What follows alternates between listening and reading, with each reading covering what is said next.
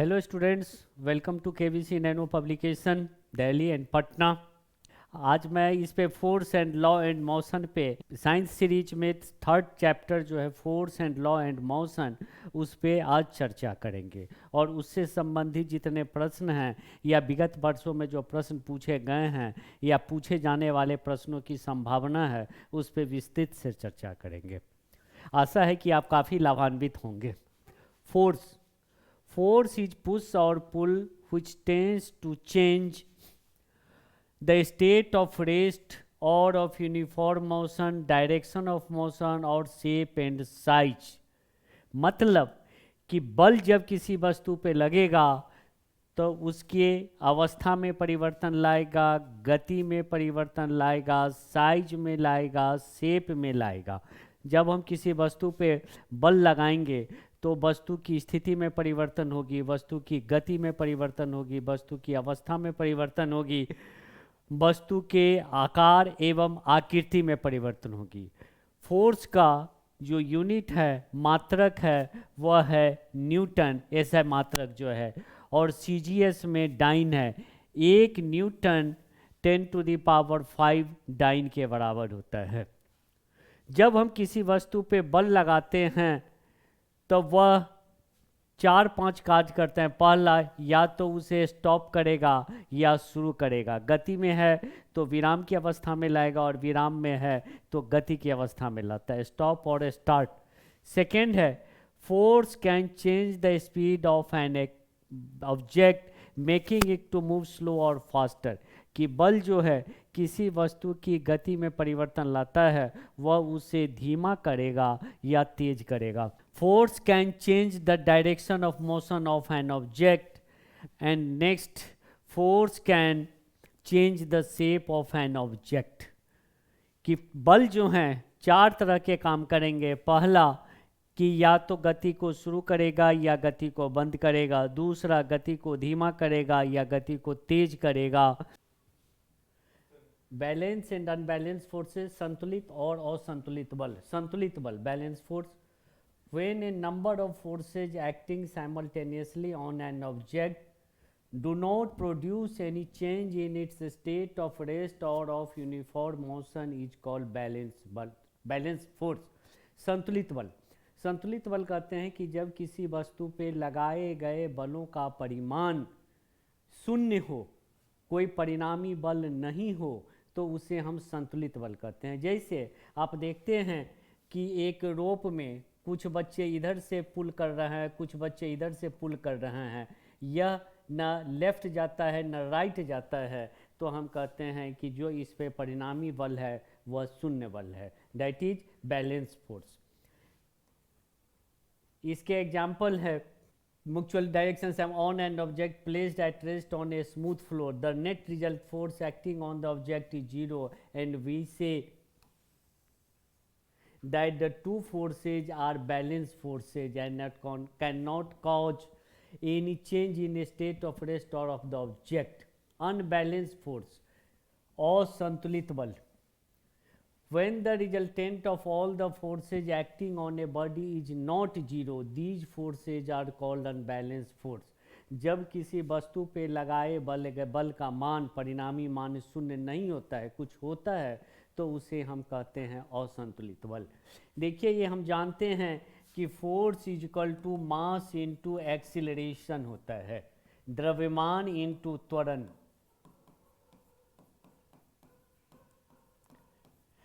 असंतुलित बल, when the resultant of all the forces acting on a body is not 0, these forces are called unbalanced force।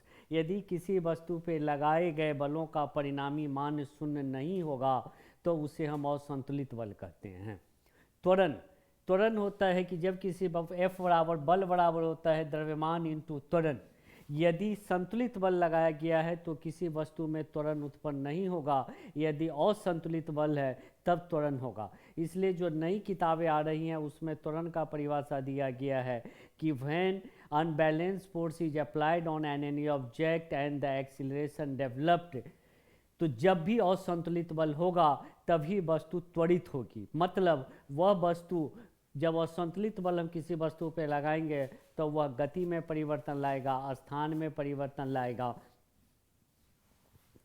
Next जो है forces को, बल को हम दो तरह से क्लासिफाइड करते हैं। कॉन्टैक्ट फोर्स मतलब संपर्क में लगे बल,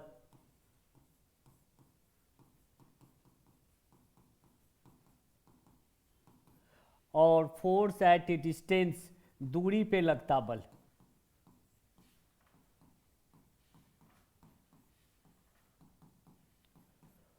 कांटेक्ट फोर्स में हो गया कि दो ऑब्जेक्ट के बीच में जो होगा वह फिजिकल कांटेक्ट होगा।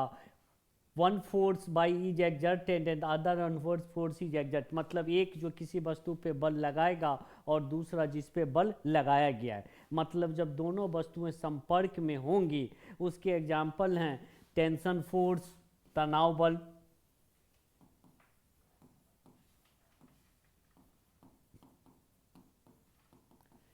घर्षण बल, ये सब जो है ये सब हैं कांटेक्ट फोर्सेज के एग्जाम्पल हैं। फोर्स एट ए कांटेक्ट मतलब जब दो वस्तुएं संपर्क में रहेगी, जैसे घर्षण बल है, तनाव का बल है, मांसपेशीय बल है। फोर्स एट ए डिस्टेंस का मतलब है कि जब एक वस्तु दूसरे के संपर्क में नहीं होगी, वह एटमॉस्फेयर में एक दूसरे के द्वारा होंगे। एग्जाम्पल में आप देखेंगे gravitational force, electrical force, nuclear force, magnetic force, very common, ये सब जो हैं फोर्स एट ए डिस्टेंस हैं।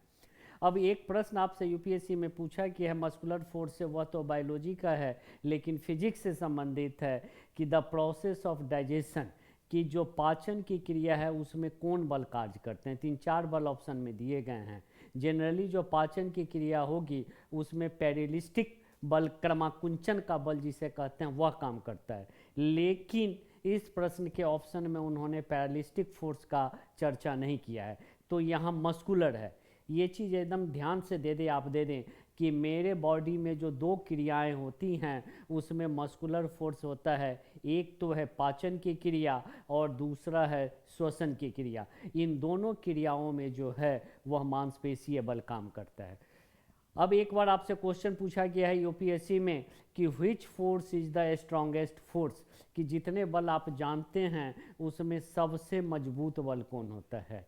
तो nuclear force is the strongest force, नाभिकीय बल जो है वह सबसे ज़्यादा होता है। क्योंकि आप जानते हैं कि एटम बम में न्यूक्लियस को हम ब्रेक करते हैं तो इतना वास्ट अमाउंट ऑफ एनर्जी मिलता है। या uranium, as for example uranium 92, 235, 92 proton और अप्रोक्सीमेट 143 न्यूट्रॉन एक वेरी न्यूक्लियस में होते हैं। न्यूक्लियस का आप साइज जानते हैं, the size of the nucleus is very small in comparison to the size of the atom, कि एटम का जो साइज होता है उसके अनुपात में नाभिक का जो साइज होगा वो बहुत कम होता है। और उतने कम जगह में, उतने कम स्थान में जब 92 प्रोटॉन होंगे और 143 न्यूट्रॉन होंगे, इसका मतलब कि फोर्स ऑफ अट्रैक्शन से जो होगा वो फोर्स ऑफ रिपल्सन से बहुत ज़्यादा होगा। इसलिए जब हम न्यूक्लियस को डिस्टर्ब करते हैं तो इतने vast amount of energy release होते हैं। तो ये जो आपसे प्रश्न यूपीएससी में पूछा गया है कि which force is the strongest force, तो nuclear force is the strongest force. अब दूसरे तरह के फोर्स होते हैं, एक कंजर्वेटिव एंड नॉन कंजर्वेटिव।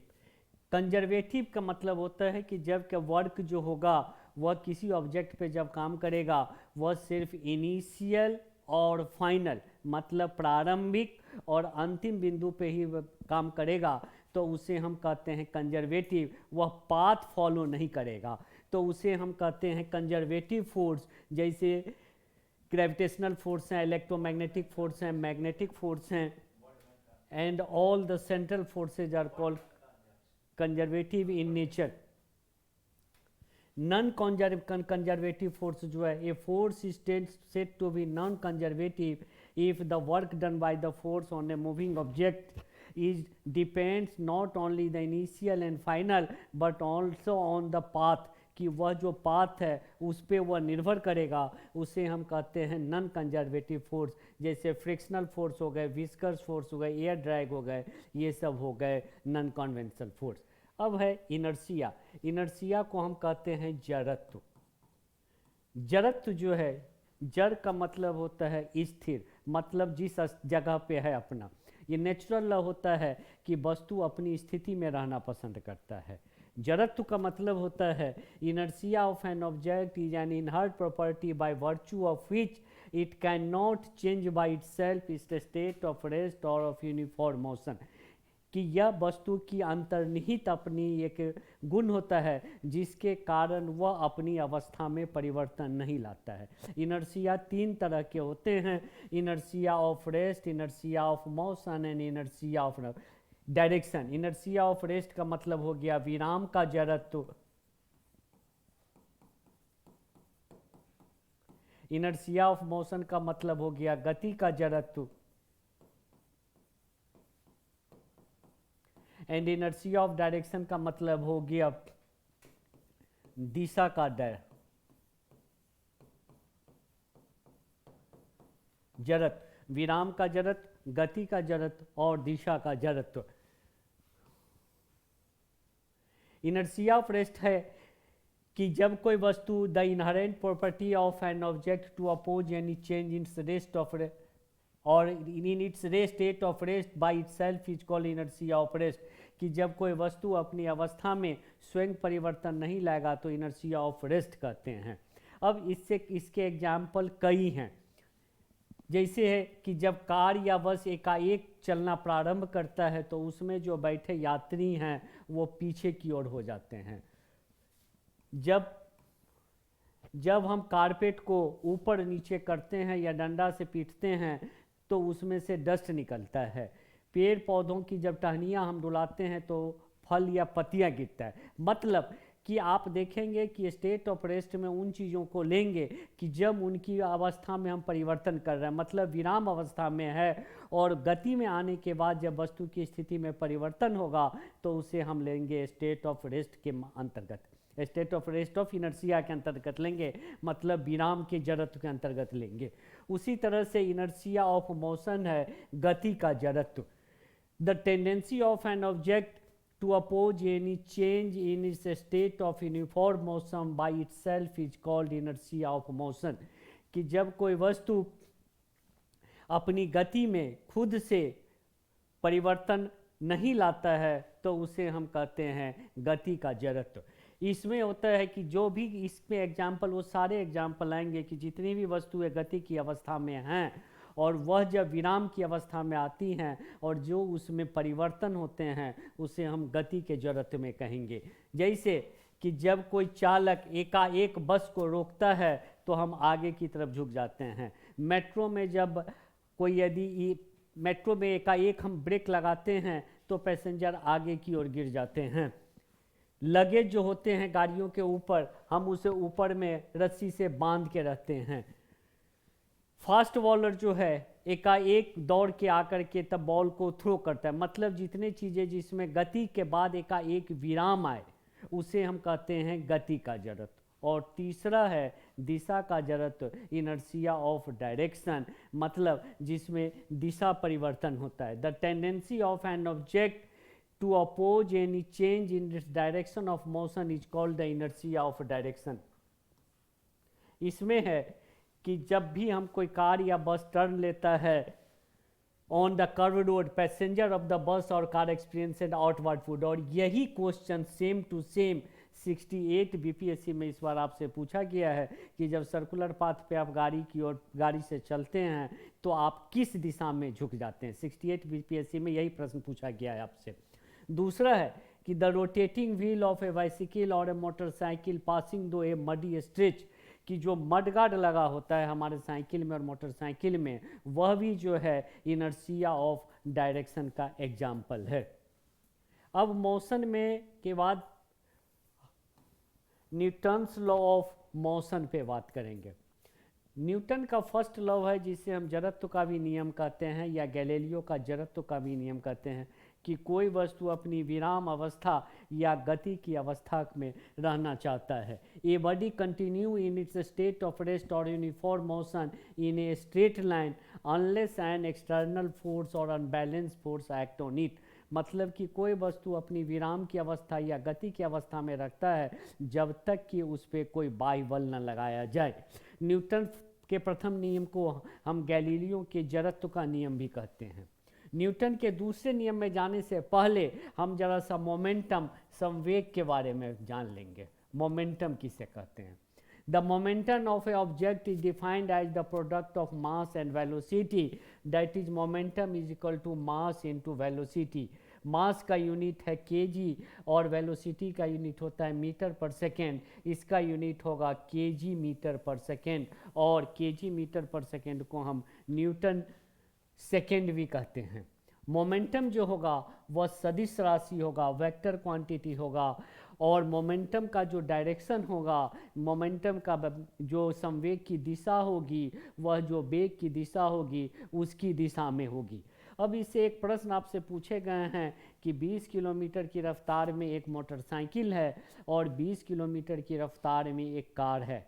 दोनों से यदि एक व्यक्ति को धक्का लगता है, कार का ज़्यादा होगा, चूँकि गति दोनों की वेलोसिटी सेम है लेकिन उसका द्रव्यमान ज़्यादा है। ये भी आपसे प्रश्न पूछा गया है कि न्यूट्रॉन, एसएससी में ये प्रश्न पूछा गया आपसे कि न्यूट्रॉन और प्रोटॉन में मोमेंटम किसका ज़्यादा होगा। तो जिसका मास ज़्यादा होगा उसका, न्यूट्रॉन का मास प्रोटॉन से थोड़ा हल्का ज़्यादा है, इसलिए उसका मोमेंटम क्या है, ज़्यादा होगा। अब इस पे मोमेंटम के बाद हम आते हैं Newton second law of motion. The rate of change of momentum change place in which direction is applied. मतलब जिस दिशा में बल लगाया जाएगा संवेग परिवर्तन उसी दिशा में होगा। मतलब कि force acting on a body, Newton के mass of the body into acceleration produce in the body, F is equal to mass into acceleration. Acceleration हम जानते हैं कि final velocity minus initial velocity upon time. तो F को हम ले लेंगे कि P final minus P initial upon time, that is momentum, final momentum minus initial momentum. इसलिए फोर्स को हम लिख सकते हैं change in momentum upon time, that is rate of change of momentum of a body is called force.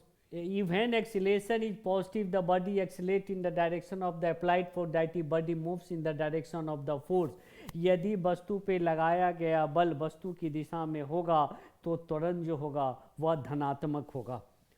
इसके कुछ applications हैं Newton second law के, जिसे हम संवेग में हम लेते हैं। इस साल 68 बीपीएससी में यही क्वेश्चन आपसे पूछा गया है कि a fielder while catching a fast moving cricket ball gradually pulls in hand backward with the moving ball. कि जब हम कैच लेते हैं तो अपने हाथ को पीछे कर लेते हैं, इसे हम मोमेंटम में लेते हैं। दूसरा है कि ए boxer moves his head backwards when his opponent blow a punch on his face। कि जब कोई मुक्केबाज अपने विरोधी पे मुक्का लगाता है तो वो अपने सर को पीछे कर लेता है। इसका मतलब कि समय बढ़ जाता है और मोमेंटम।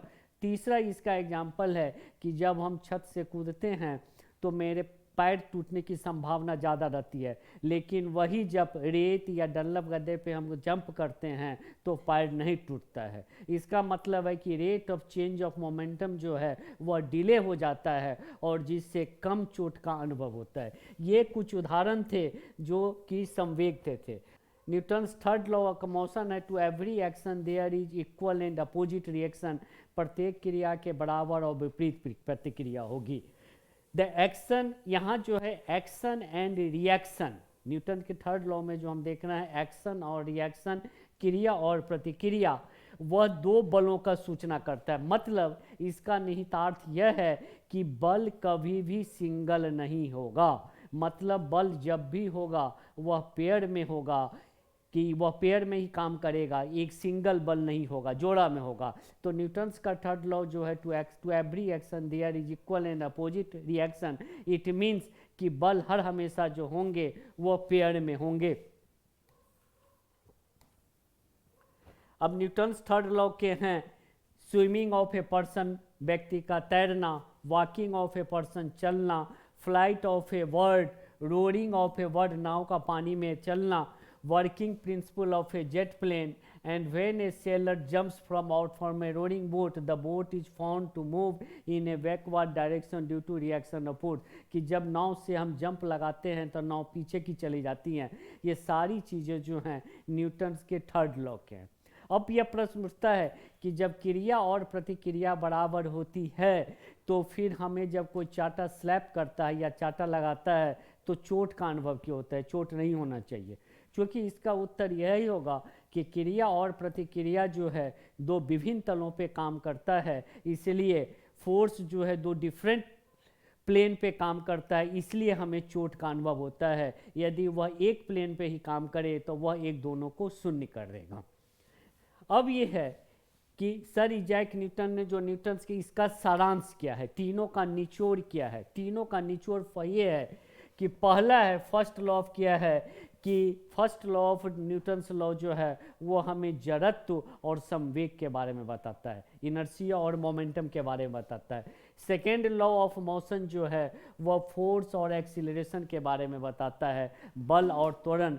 और थर्ड लॉ ऑफ मोशन हमें बताता है कि एक्शन एंड रिएक्शन, कि कोई ना कोई कारण होगा तभी ये परिणाम हुए। मतलब यदि तीनों लॉ को हम एक समग्र में ले तो पहला नियम हमें बताता है, न्यूटन के फर्स्ट लॉ से हमें पता चलता है जड़त्व और संवेग के बारे में, न्यूटन के दूसरे बल से हमें बल और त्वरण के बारे में, और तीसरे लॉ से पता चलता है कि कारण और प्रभाव क्या है।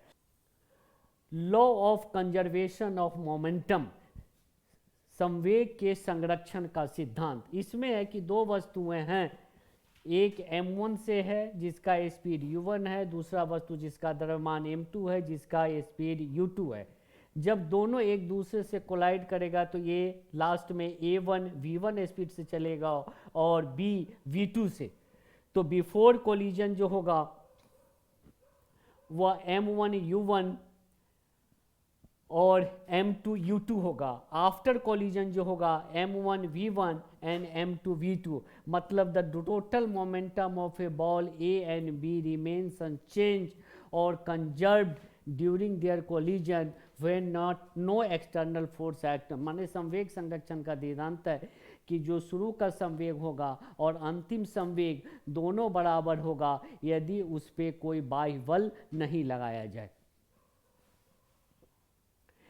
संवेग संरक्षण के सिद्धांत पे है कि जब हम बंदूक छोड़ते हैं तो सोल्जर पे हम उसे लगा के रखते हैं। Motion of jet plane, propulsion of rocket, उसी के तरह की है। जब पानी के हौज के पाइप जहाँ से तेज रफ्तार में पानी निकलता है उसे संभालना मुश्किल होता है। ये जो कुछ उदाहरण थे ये संवेग में परिवर्तन से संबंधित।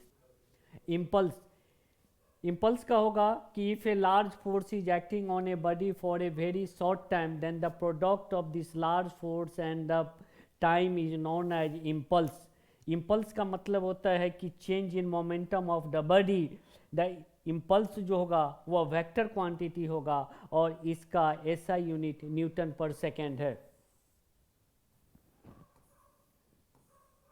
इम्पल्स से संबंधित हैं कुछ कि जैसे ट्रेन के दो डब्बों के बीच में बफर्स लगाए जाते हैं, due to which they avoid severe jerks during shunting of the train.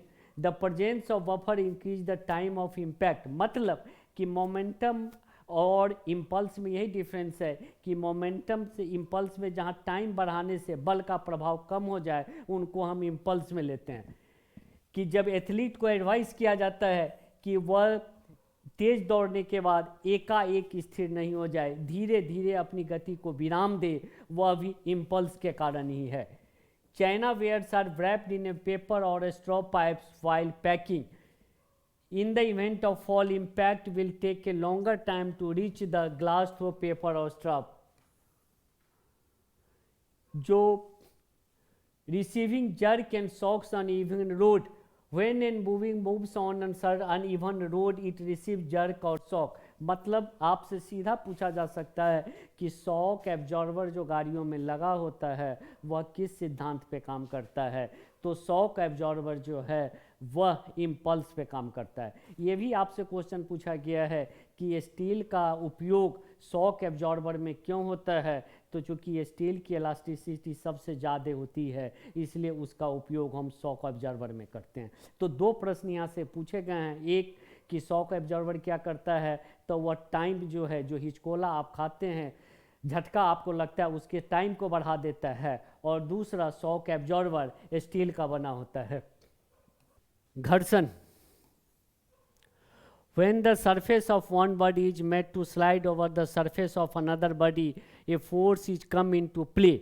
जब कोई वस्तु एक दूसरे वस्तु पे मूव करती है तो एक बल उसकी गति का विरोध करता है, और उस जो गति के विरोध करने वाले बल को हम घर्षण बल कहते हैं. When the surface of one body is made to slide over the surface of another body, a force is come into play which opposes the motion of the body. The force which come into play and opposes the relative motion is called the force of friction or friction force. मतलब आपेक्षिक गति का विरोध करने वाला जो बल होगा उसे हम फ्रिक्शन फोर्स कहेंगे. When two bodies are kept in contact, electromagnetic force act between the charged particle at the surface of the body. As a result, each body exert a contact force on the other. Friction जो है वो दो तरह के होते हैं, static friction और kinetic friction. Static को हम कहते हैं स्टैटिक घर्षण और कैनेटिक को हम कहते हैं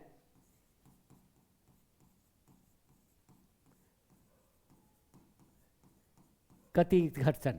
आपसे यह है कि इसका पूछा जाता है कि घर्षण का कारण क्या है, तो घर्षण का कारण है कोहेसिव फोर्स, और दूसरा है घर्षण का सबसे बड़ा रीजन है इरेगुलरिटी ऑफ द सरफेस, कि सतह का और इरेगुलर होना और असममित होना जो है घर्षण का मुख्य कारण है. स्टैटिक फ्रिक्शन कहते हैं कि frictional force can also act between two bodies which are in contact but are not sliding with respect to each other. जब एक वस्तु दूसरे वस्तु के संपर्क में होता है और एक दूसरे के ऊपर स्लाइड नहीं करता है, चलता नहीं है, तो उसे हम स्थितिक घर्षण कहते हैं. स्थितिक घर्षण का मान सबसे ज़्यादा होता है. स्थितिक घर्षण के कारण आप जानते हैं कि जब आप गाड़ी को स्टार्ट करके बढ़ाते हैं तो फर्स्ट गियर लगाते हैं. मतलब कि गियर का मतलब ही होता है कि व्हील को इंजन की रफ्तार से जोड़ना. फर्स्ट गियर का मतलब होता है कि गाड़ी को बहुत ज़्यादा ताकत की ज़रूरत होती है, क्योंकि उस समय में जो गाड़ी होती है वह स्थितिज अवस्था में होती है, स्टैटिक अवस्था में होती है, और स्टैटिक फ्रिक्शन का मान बहुत ज़्यादा होता है. उस स्टैटिक फ्रिक्शन को ओवरकम करने के लिए, उस पर विजय करने के लिए हमें ज़्यादा बल की ज़रूरत होती है ओवरकम करने के लिए, इसलिए हम फर्स्ट गियर का अप्लाई करते हैं. सेकेंड है limiting friction. The maximum static friction that a body can exert on the other body in contact with it is called limiting function. मतलब इसे हम सीमांत घर्षण कहते हैं, जो मैक्सिमम स्टैटिक फ्रिक्शन होगा. फ्रिक्शन से 68 बीपीएससी में आपसे क्वेश्चन पूछा गया है कि इन friction convert which energy is convert into. कई सारे ऑप्शन हैं, इसका उत्तर होगा कि इसमें जो है फ्रिक्शन में जो है एनर्जी जो है हीट एनर्जी में कन्वर्ट हो जाता है. और यही क्वेश्चन यदि विस्कोसिटी में भी आए तो विस्कोसिटी में भी होगा कि इन viscosity energy changes into heat. तो 68 बीपीएससी का जो आंसर होगा वह होगा कि घर्षण के दौरान जो वस्तु है उसकी जो ऊर्जा है वह ताप ऊर्जा में परिवर्तित हो जाती है. दूसरा है कैनेटिक फ्रिक्शन, गतिज घर्षण. When two bodies in contact move with respect to each other, rubbing the surface in contact, the friction between them is called kinetic friction. The direction of the frictional force are such that the relative slipping is opposed by the friction.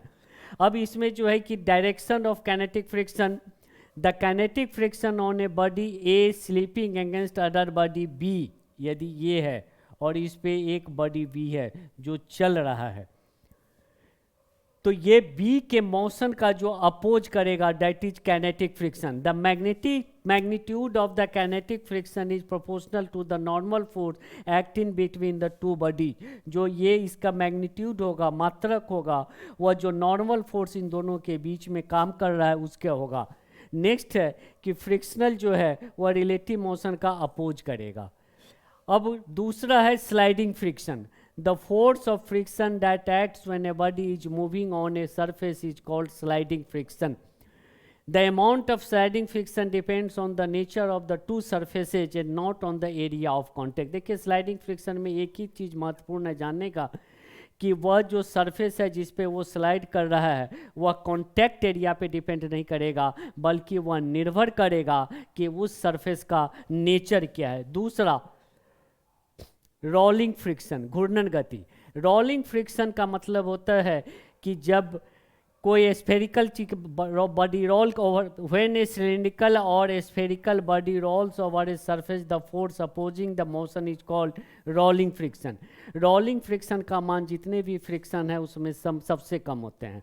इसमें आपसे friction में, rolling friction से एक प्रश्न generally पूछा जाता है, वह है बॉल बेयरिंग। ये यूपीएससी में भी पूछा गया है और इस साल 68 बीपीएससी में भी पूछा गया। बीपीएससी में फ्रिक्शन से 2 प्रश्न पूछे गए हैं 68 भी। उसमें पूछा गया है कि रोलिंग फ्रिक्शन में क्या काम होता है। तो एक तो क्या बॉल बेयरिंग का उपयोग हम क्यों करते हैं, तो एक तो वह रोलिंग फ्रिक्शन कम करता है और दूसरा क्या करता है, उसके स्टैटिक फोर्स को कम करता है। जैसे आप एज फॉर एग्जाम्पल देखें,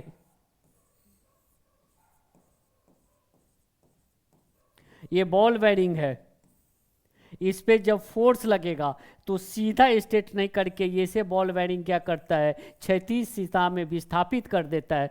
तो बॉल बेयरिंग का यहाँ दोनों काम होगा, एक तो इसके घर्षण के मान कम करेगा और दूसरा बल के परिमाण को कम करेगा। यही प्रश्न आपसे पूछा जाता है।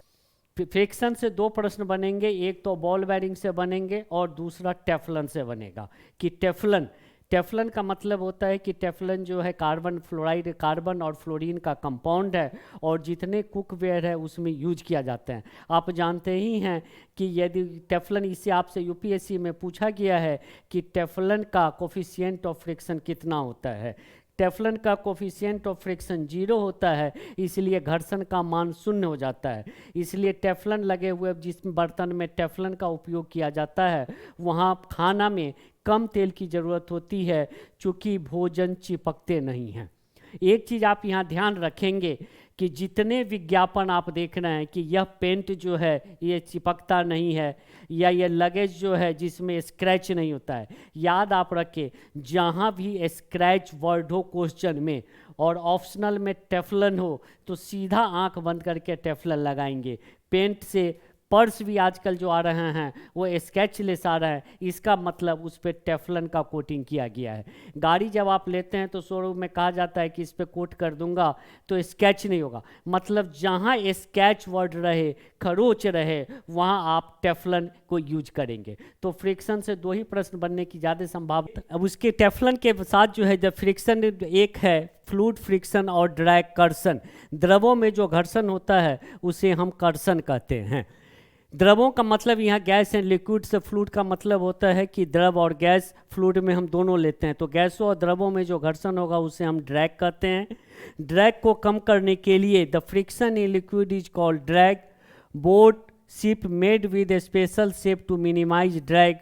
Next, a streamline shape of aeroplane and aquatic animals helps to minimize the drag. कि जलीय जंतु हैं उनकी जो विशेष आकृति होती है वो कर्षण के मान को कम करने के लिए। एरोप्लेन की विशेष साइज जो हम बनाते हैं वह भी कर्षण के मान का कम करने के लिए।